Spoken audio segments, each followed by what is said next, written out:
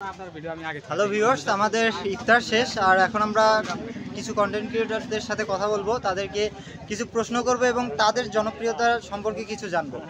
এই মুহূর্তে আমাদের সাথে হচ্ছে মিল্লাত ভাইয়া, রাইট? এই ভাইয়াকে হয়তোবা আপনারা চিনেন না, কিন্তু আপনারা অনেকেই বগুড়ার আড্ডা যে কার্টুন ভিডিওগুলো দেখেছেন, অ্যানিমেশন ভিডিওগুলো দেখেছেন, আপনি সেগুলো তৈরি করেছেন। আসলে বগুড়া আড্ডা থামাগিরি টিম আছে। শুরুতে আমরা এখন পর্যন্ত আমরা 7 জনের একটা টিম ঐক্যবদ্ধভাবে কাজ করি, আর সবাই এক জায়গায় মিলেমিশে কাজ করা মানে এত দূর আসা আর কি।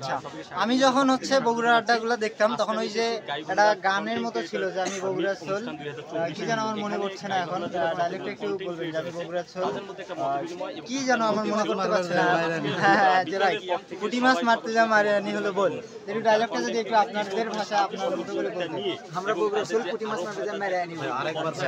আরেকবার শুনতে যাচ্ছি। আমরা বগুড়ার সোল পুঁটি মাছ মারতে যা মারিয়ানি হলো। আচ্ছা, এখনো কি ওই ভিডিওগুলো কন্টিনিউ করা হচ্ছে নাকি ওটা এখন অ্যানিমেশন যে কোনো সমস্যার কারণে অ্যানিমেশন আমরা কাজ করছি না, তবে বগুড়া ভাষায় নিজের ফেসে কাজ করছি।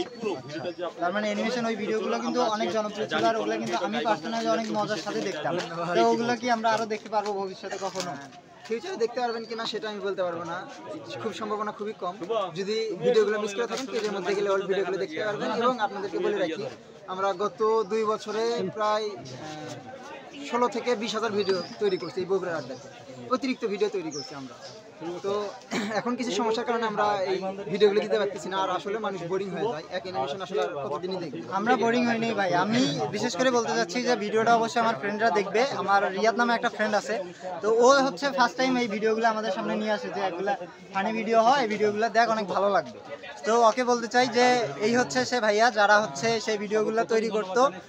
আমার হাত কাঁপছে ভিডিওগুলো হচ্ছে, তবে এই সেই ভাইয়া যার কারণে আমরা তো বিনোদন নিতে পারছি। বিশেষ করে আমরা যখন ফ্রেন্ডরা একসাথে হতাম, আমরা একার থেকে বেশি দেখছি ফ্রেন্ডরা একসাথে হয়ে।